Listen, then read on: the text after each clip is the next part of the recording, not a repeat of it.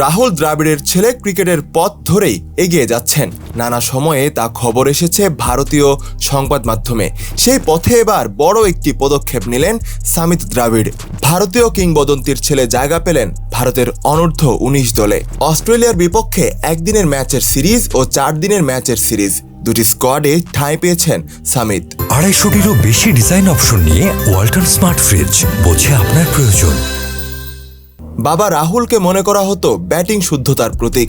Cricket ইতিহাসের সেরা ব্যাটারদের একজন তিনি। দলীয় সমন্বয়ের স্বার্থে ওয়ানডেতে তিনি উইকেট কিপিংও করেছেন অনেক দিন।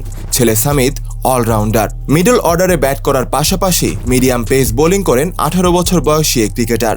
চশমা চোখে তার ব্যাটিংয়ের ছবি নানা সময়ে সংবাদ মাধ্যমে এসেছে। কুচবিহার টুর্নামেন্টে সামিতের পারফরমেন্স ছিল দারুণ।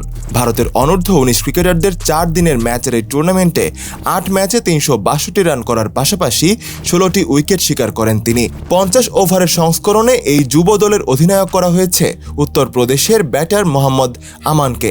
৪ দিনের ম্যাচের সিরিজে নেতৃত্ব পেয়েছেন মধ্যপ্রদেশের সোহাম পটবর্ধন।